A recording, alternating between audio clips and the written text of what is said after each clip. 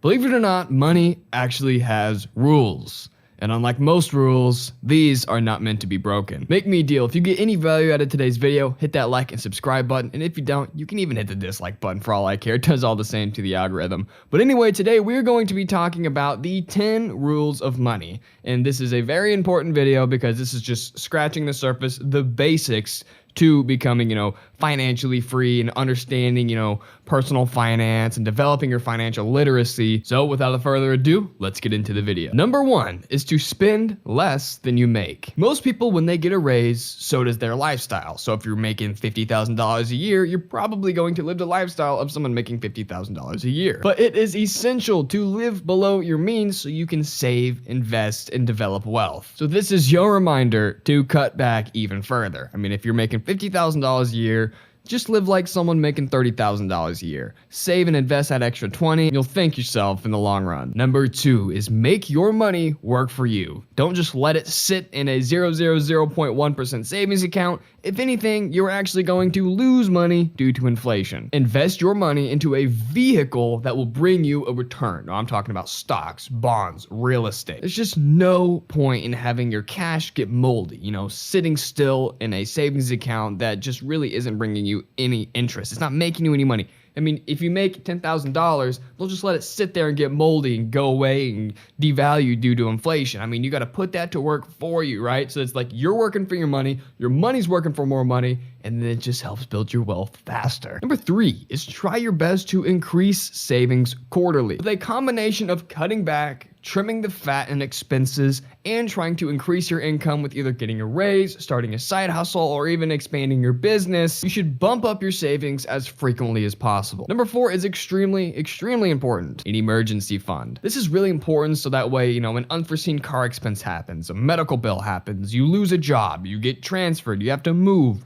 whatever it might be, you don't want to have to leverage the wrong kind of debt, aka high interest credit card consumer debt. You don't want to do that. So instead of having to do that, pay crazy interest, and then having that, you have an outstanding loan, it's not good for you. You're going to get caught into that interest trap. Establish an emergency fund.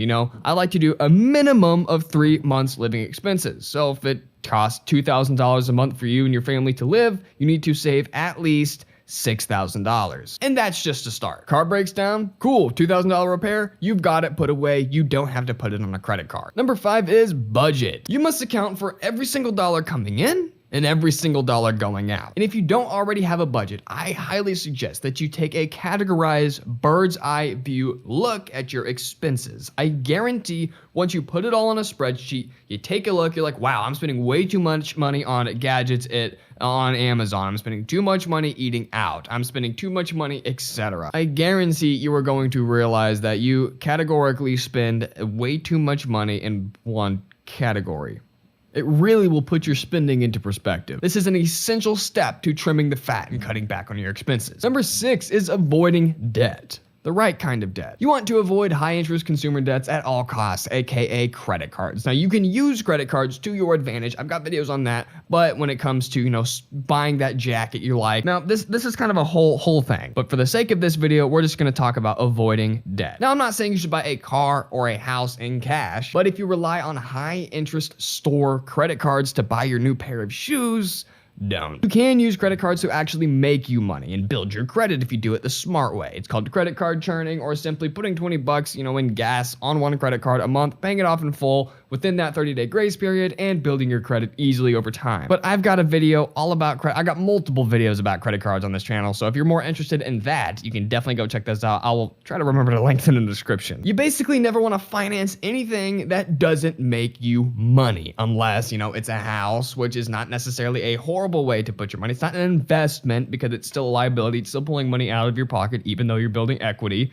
And my camera just shut off. That's great. This is going well. And the car is obviously always going to be a depreciating asset. But aside from those, You might be able to justify financing a computer for work, or, a microphone to start your podcast, a camera to start your vlog channel, whatever it might be. You can finance those things because they're going to make you money and make a great return. It's an investment, right? You might not want to spend your own money on a camera, get a credit card, purchase it, and then grind with that camera to eventually pay it off in full. All the profit that you make immediately should go back into paying off that debt, so that way you're in net profit as soon as possible. Don't finance anything that doesn't make money. Number 7 is to set goals. You must write down your goals and read them every day. I have 2 whiteboards mounted in front of my bed, above my dresser and TV that I see. It's the first thing I see when I wake up. It's the last thing I see every single day before I go to bed. One is my long-term goals, one is my daily goals. And then I wipe them off throughout the day, and at the end of the day, the big whiteboard with my daily goals is wiped clean, and it feels so good. It's like this euphoric wave, and then I get to write for what I'm doing tomorrow. It's a great feeling. But you need to write down your goals and read them every single day, short and long term. It is a vital part of my daily routine. It keeps my mind focused on the right track and the greater, bigger picture not forgotten. Number 8 is to enjoy the fruits of your labor, because otherwise, what's the point of making money? You don't want to go too crazy, but enjoy a nice dinner out. If you're making a lot of money, you should buy a car that fits your lifestyle, right? I'm not saying if you're making $100,000 a year, be driving a 2001 Honda Civic with 150,000 miles on it. Maybe get yourself a reliable Infiniti, right? Something a little bit more comfortable that matches your lifestyle. You can enjoy a nice watch. Now, this isn't a nice watch, it's an Apple Watch. I'm not wearing my nice watch. I don't really own a nice watch. A new blender to make your favorite smoothies. Whatever it is, it's very important to enjoy the fruits of your labor. I like to collect guitars. Some today though, boy. I've got my buddy over here standing on the counter right now. Anyway, I like collecting guns. Anyway, we should probably move on from this topic.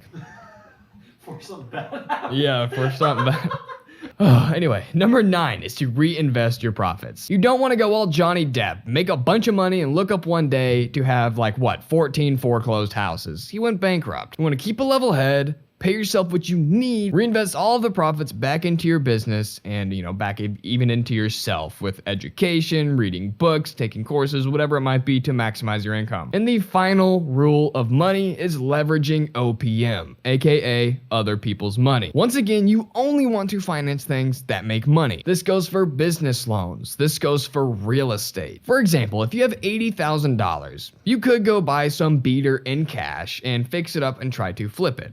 Or you can go to the bank with that $80,000, try to go get a $400,000 loan, then that way you turned that $80,000 into a $400,000 asset that you now control to make more money with. That's the beauty of investing in real estate. That's the beauty of other people's money. Now that's a whole different video, but leverage other people's monies and other people's money. Remember to leverage other people's money and only finance things that will make you money. Anyway, that is the 10 rules of money. Thanks for hanging out. Thanks for staying to the end. If you got any value out of today's video, hit that like and subscribe button. If you didn't, hit the dislike button. It does all the same to the algorithm. Anyway, guys, I will see you in the next video. I can't click the subscribe button right now! Yeah, this video kind of went off the rails quick.